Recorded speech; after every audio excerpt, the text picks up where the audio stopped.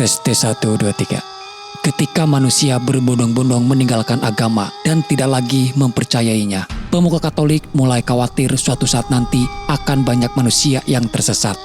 Berbagai pertemuan dilakukan antar petinggi gereja. Adu gagasan, adu argumen terjadi demi untuk mendapatkan solusi konkret. Tidak adanya solusi yang benar-benar bisa menyelesaikan soal fenomena umat yang meninggalkan agama. Lalu terbentuklah dua ajaran gereja yang saling bertentangan. Yang pertama masih melanjutkan ajaran gereja garis lurus, dan yang kedua ajaran gereja bid'ah atau ajaran yang melenceng. Keduanya mempunyai tujuan yang sama, yaitu ingin manusia kembali memeluk agama.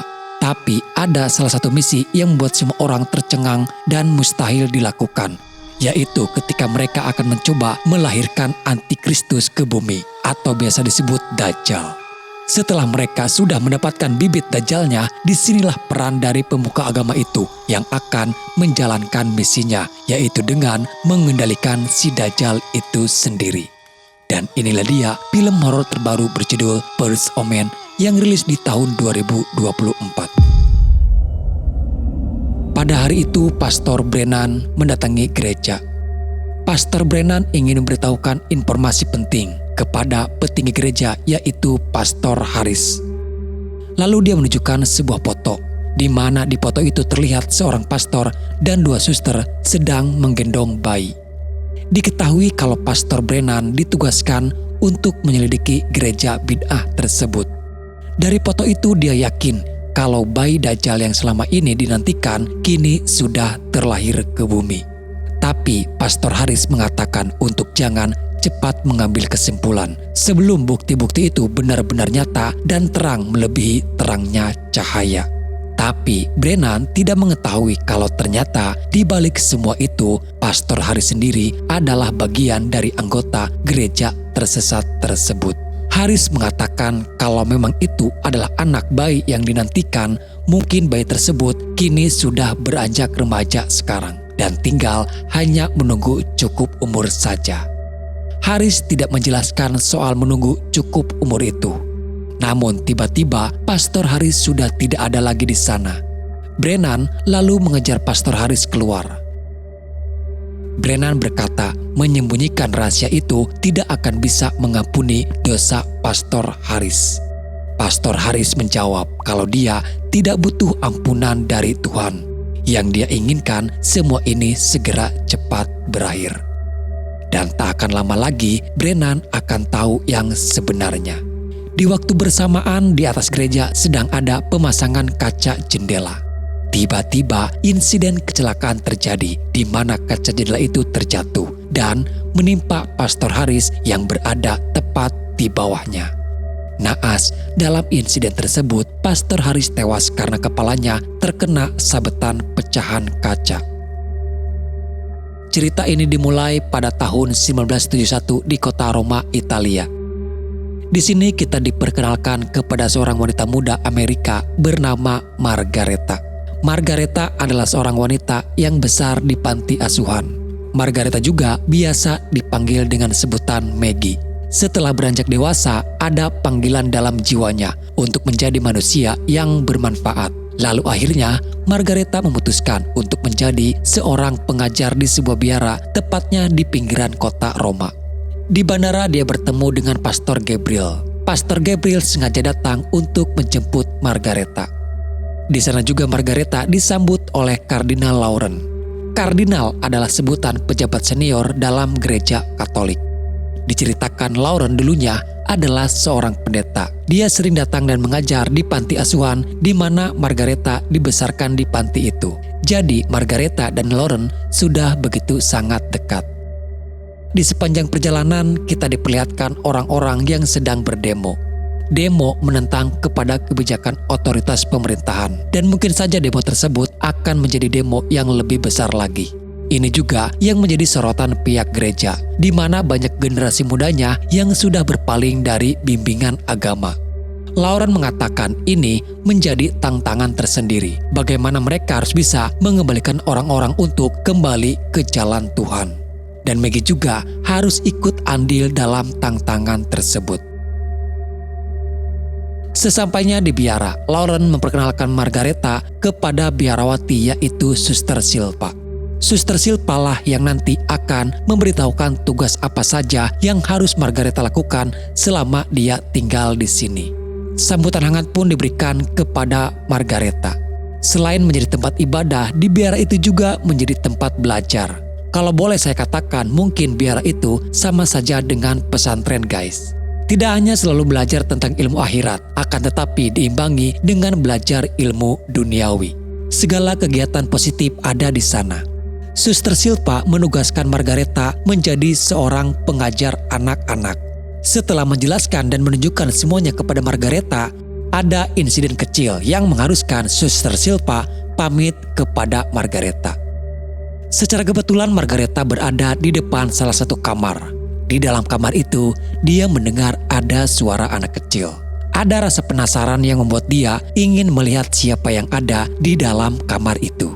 Di dalam kamar, Margareta melihat ada seorang anak gadis yang bernama Carlita. Dia lalu mencoba mengajak Carlita untuk berkenalan. Namun, tingkah laku Carlita yang aneh membuat Margareta sedikit gugup. Suster Silpa kembali. Dia pun menceritakan kalau Carlita adalah anak yang mempunyai sedikit kelainan mental. Emosinya yang terkadang tidak bisa terkontrol. Itulah kenapa Carlita dibiarkan berada di dalam kamar sendirian, agar dia tidak mengganggu kepada anak-anak lain. Margareta tidak tinggal di biara. Ada jam-jam tertentu untuk dia bisa mengajar di biara. Dia akan tinggal di sebuah apartemen yang sudah disediakan oleh pihak biara. Tujuan utama Margareta sebenarnya ingin menjadi seorang biarawati. Namun untuk menjadi biarawati ada beberapa tahapan yang harus Margareta lakukan. Sebagai umat yang taat kepada agamanya, Margareta selalu berdoa sebelum akan tidur. Doa yang panjang dan khusyuk dia panjatkan kepada Tuhan. Terutama dia sangat berharap bahwa orang-orang yang sudah meninggalkan agama dibukakan hatinya agar mereka kembali kepada jalan Tuhan.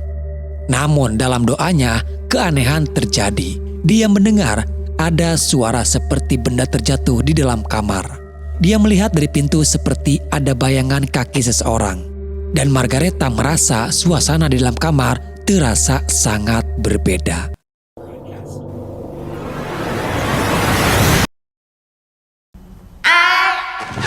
Lalu tiba-tiba dia dikejutkan penampakan sesosok biarawati. Di saat bersamaan datang seorang wanita. Dia adalah Luz. Luz adalah teman sekamar Margareta. Dia pun sama seperti Margareta sebagai seorang pengajar biara. Perkenalan yang singkat namun mereka bisa cepat akrab. Di hari-hari berikutnya Margareta seperti biasanya menjalankan tugasnya dengan baik. Dan pada malam hari Margareta memeriksa semua anak-anak yang ada. Namun di sana dia tidak melihat Carlita. Dia mencoba mencari Carlita keluar. Di salah satu kamar justru dia melihat ada sesuatu yang mencurigakan. Pintunya sedikit terbuka. Dari luar, Margareta bisa melihatnya ke dalam. Cukup membuat dia terkejut karena ternyata Carlita dipisahkan dari ruangan berbeda. Pada malam itu Luz membujuk dan mengajak Margareta untuk sedikit bersenang-senang setelah mereka bekerja. Luz mengatakan akan ada kejutan untuknya. Luz ternyata mendandani Margareta dengan pakaian cukup terbuka. Tentu saja pakaian tersebut membuat Maggie tidak merasa nyaman. Maggie yang diajarkan selalu berpakaian tertutup, tapi sekarang dia berpakaian layaknya seperti seorang wanita zaman jahiliyah. Intinya Luz ini membawa pengaruh negatif kepada Margareta. Awalnya Maggie sendiri tidak akan jadi ikut. Namun karena Luz terus memaksa, akhirnya Maggie pun terpaksa ikut masuk ke dunia malam. Namanya juga sudah masuk ke tempat hiburan malam. Tak lama datang dua laki-laki menghampiri mengajak mereka berkenalan. Sudah tidak ada ruang bagi mereka untuk jaga image. Hingga pada akhirnya Maggie pun terlarut dalam suasana pada malam itu. Disinilah untuk pertama kalinya Margaret disentuh oleh seorang pria. Bahkan lebih dari itu, Margaret terlihat menjadi liar. Di keesokan pagi, dia terbangun dan sudah berada kembali di kamarnya. Margaret sempat bertanya kepada Luz, apa semalam dia mabuk parah? Dengan santainya Luz menjawab, semua baik-baik saja. Dan ini akan menjadi rahasia kecil mereka berdua. Tapi di sini Maggie dan kita sendiri belum tahu guys, apa yang sebenarnya terjadi kepada Maggie pada malam itu. Sadar diri setelah melakukan dosa, Margaret lalu berdoa meminta ampunan. Ketika dia sedang berada di luar, tiba-tiba dia dihampiri oleh seseorang pria tak dikenal, yang tak lain dia adalah Pastor Brennan. Keduanya belum saling mengenal. Ini pertama kalinya mereka bertemu. Tapi di sini Brennan sudah tahu kalau Margaret menjadi pengajar di biara itu. Brennan hanya meminta waktu beberapa menit karena ada hal penting yang harus Margaret tahu. Brennan membicarakan tentang gadis yang bernama Siciana atau Carlita Siciana. Brennan meminta Margaret untuk waspada kepada Carlita, karena tidak akan lama lagi sesuatu yang buruk akan terjadi di sekeliling Carlita.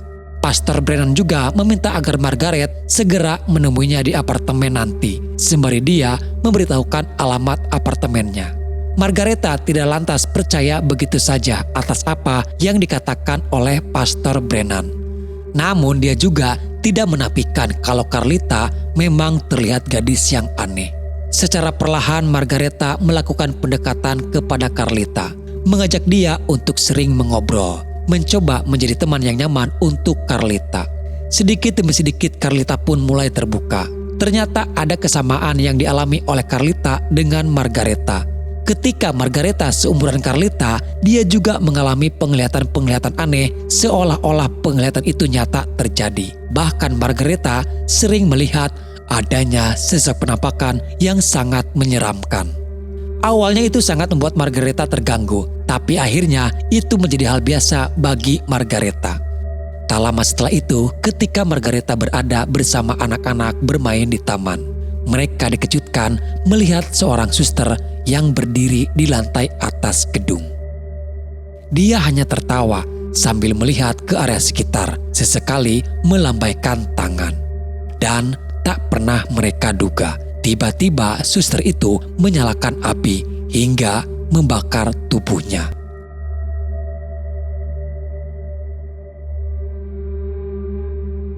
Margaret pun menjadi teringat dengan ucapan Pastor Brennan. Di malam itu juga dia langsung menemuinya. Tidak membuang waktu, Brennan langsung memperlihatkan sebuah foto. Diketahui laki-laki yang ada di foto bernama Spileto. Dia adalah seorang pendeta radikal. Dari balik foto itu ada nama Siciana, dan asumsinya berarti itu adalah foto Carlita Siciana saat dia masih bayi. Brennan memberitahukan kalau ada dua gereja.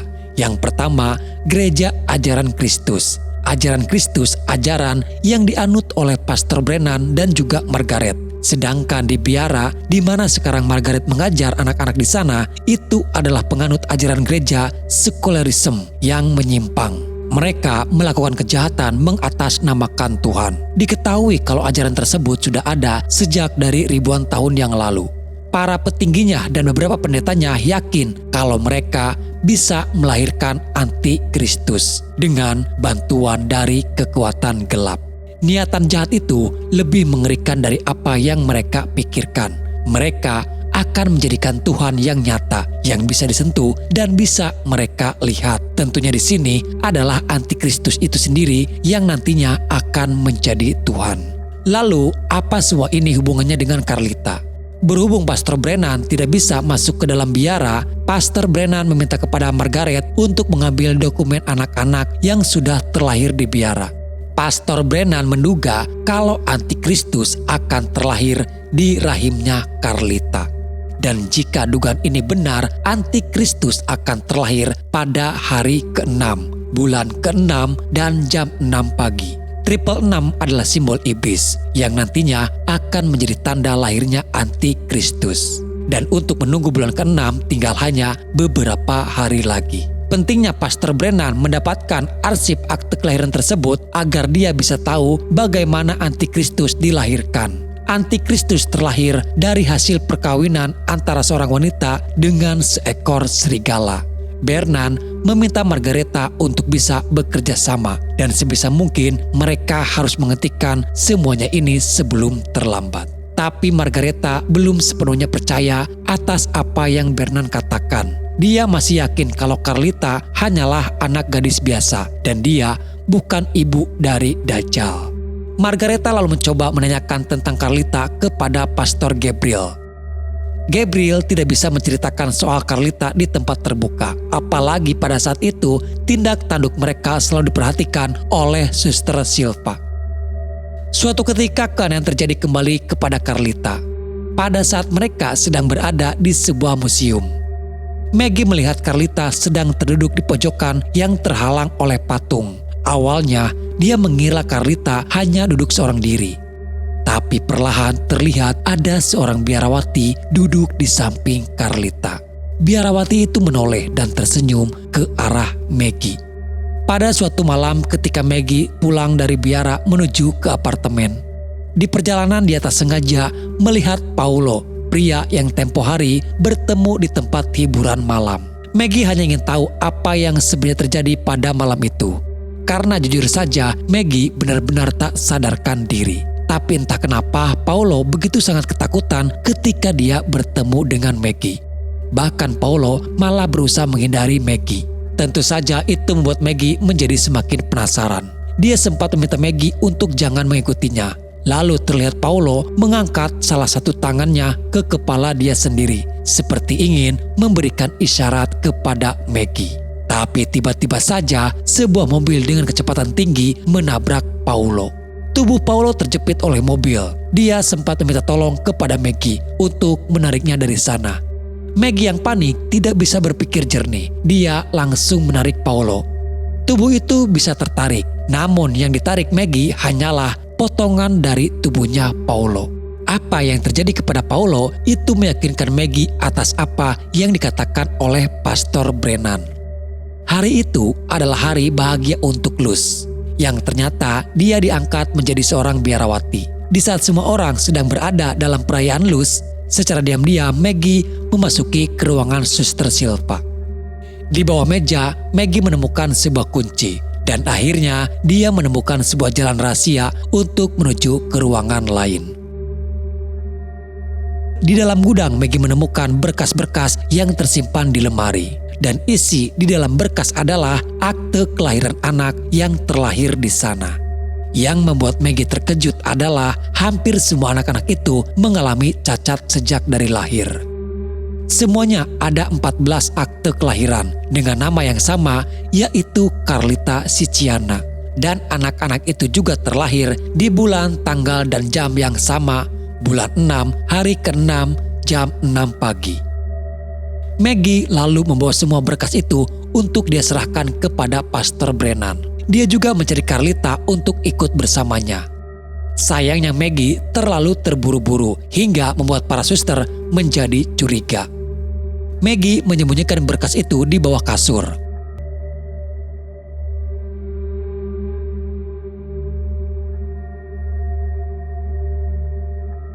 Sebelum dibawa ke ruangan lain, Maggie sempat menghampiri Pastor Gabriel, memberikan isyarat kepada Gabriel di mana berkas itu dia simpan. Para suster mengurung Maggie di sebuah kamar. Beberapa lama kemudian, bayang-bayang itu muncul kembali. Hingga sampai Maggie diperlihatkan kepada sesosok iblis. Lalu terlihat di pojokan kamar yang gelap seperti ada sesosok makhluk. Sesosok wanita dengan wajah mengerikan menghampiri Maggie.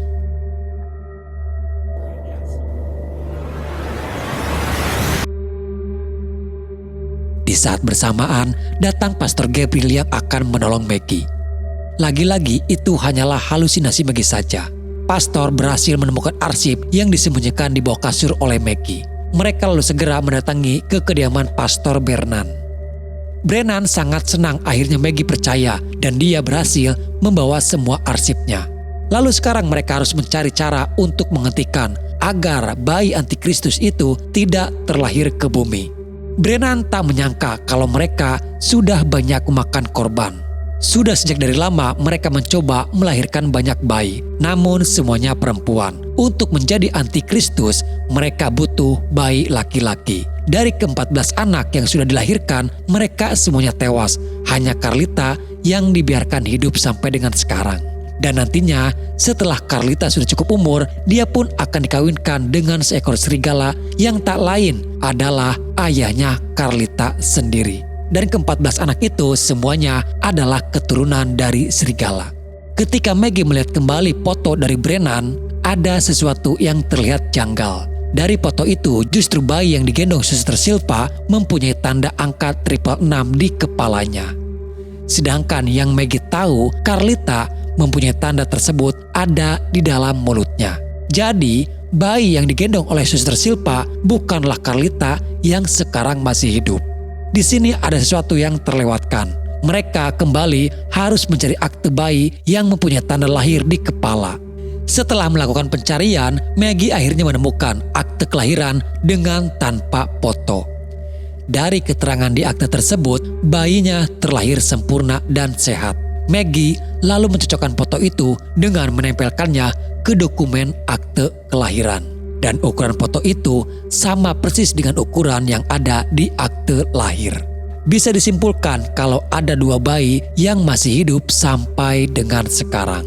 Pastor Brennan sendiri baru tahu kalau ada 2 bayi yang selamat. Maggie mencoba untuk melihat tanda lahir itu kembali di foto. Lalu dia teringat kepada Paulo yang memberi isyarat kepada Maggie untuk mencari tandanya. Yang menjadi pertanyaannya adalah kenapa Paulo bisa tahu soal tanda tersebut.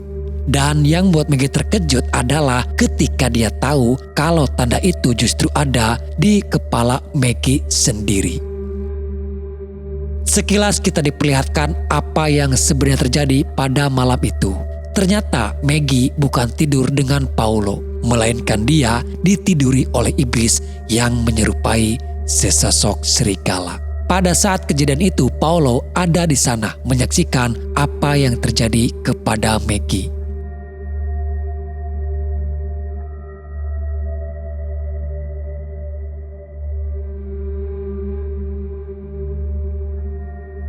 Pastor Brennan sendiri tak menyangka mengetahui sepakta ini. Diketahui kalau semua ini memang sudah direncanakan sejak dari awal. Dari kecil, Maggie diungsikan ke Amerika agar tidak diketahui jejaknya. Setelah Maggie beranjak dewasa, dia dipanggil kembali ke Roma untuk mengawinkan Maggie dengan si iblis. Sayang, semuanya sudah terlambat. Dan sekarang, pada tengah malam nanti adalah hari ke-6, bulan ke-6, dan pada jam 6 pagi, bayinya akan terlahir. Pastor Brennan mempunyai rencana lain. Kebetulan dia mempunyai teman seorang dokter. Brennan akan membawa pergi Maggie dan akan melakukan persalinan di sana. Namun saat dalam perjalanan, tiba-tiba ada sebuah mobil yang sengaja menabrakkan mobil mereka. Naas dari insiden tersebut, hanya Maggie yang masih bertahan. Malam itu sudah tepat pada jam 12 malam. Tak lama kemudian, Maggie mulai bertingkah aneh.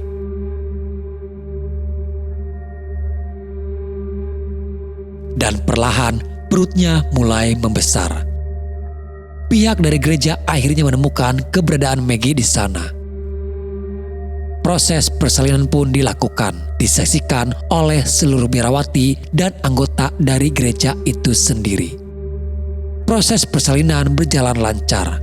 Ternyata Maggie melahirkan 2 anak kembar, guys. Inilah hari penentuan. Dari bayi pertama, Maggie melahirkan anak perempuan. Dan yang kedua ternyata adalah bayi laki-laki. Mereka semuanya menyambut bahagia. Setelah sekian lama menanti kedatangan anak laki-laki, akhirnya anak itu terlahir ke dunia. Maggie tahu kalau anak itu adalah cikal bakal yang akan menjadi antikristus. Maggie langsung menyerang Lauren dan mengancam kepada mereka untuk jangan mendekat. Maggie akan membawa kedua anaknya pergi dari sana. Namun, Suster Silva mencoba merebut kembali anak itu. Dari arah belakang, tiba-tiba Luz datang dan langsung menikam Maggie. Suster Silva memerintahkan untuk membakar semuanya. Berikut dengan Maggie bersama salah satu anak kembar itu. Di sisi lain, untung saja Carlita datang dan langsung menolong Maggie di sana. Di dalam kobaran api itu, Maggie sempat melihat ada sesosok lain yang terbakar di sana.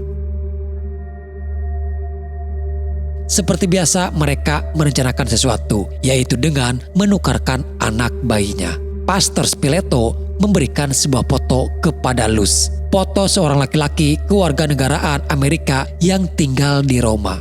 Dia juga nantinya yang akan menjadi ayah dari si bayi. Dan kebetulan istrinya sudah melahirkan di waktu yang sama. Di sebuah rumah yang ternyata kini Maggie, Carlita, dan si anak bayi itu tinggal di sebuah daerah terpencil. Mereka sengaja mengasingkan diri agar tidak diketahui oleh pihak gereja. Lalu datang seorang tak dikenal yang tak lain dia adalah Pastor Bernard. Maggie sudah tidak mau berurusan dengan mereka semuanya. Dia meminta Bernard untuk segera pergi. Bernard datang hanya ingin memberitahukan pihak gereja sudah mengetahui kalau Maggie dan anak-anak itu masih hidup. Kemanapun Maggie pergi, mereka pasti akan selalu mencarinya. Terutama mereka akan mencari anaknya Maggie. Tak lupa Bernard juga memberitahukan nama anak laki-laki Maggie yang kini diberi nama oleh gereja dengan nama Demian. Dan di sini akhirnya film pun selesai. Seperti yang sudah bisa kita tebak guys, film ini sepertinya akan ada kelanjutannya. Karena cerita ini belum selesai sampai di sini saja. Dan bisa jadi anak perempuan Maggie akan menjadi lawan tangguh Demian di masa mendatang. Seperti yang Pastor Brennan katakan kalau anak perempuan Maggie akan menjadi seseorang yang berpengaruh. Dan semoga saja film sequel keduanya bisa cepat rilis. Oke guys, jadi itulah alur cerita filmnya. Semoga apa yang diceritakan bisa menghibur dan menemani luang waktu kalian guys. Sampai jumpa di video selanjutnya. Salam dari admin dan bye-bye.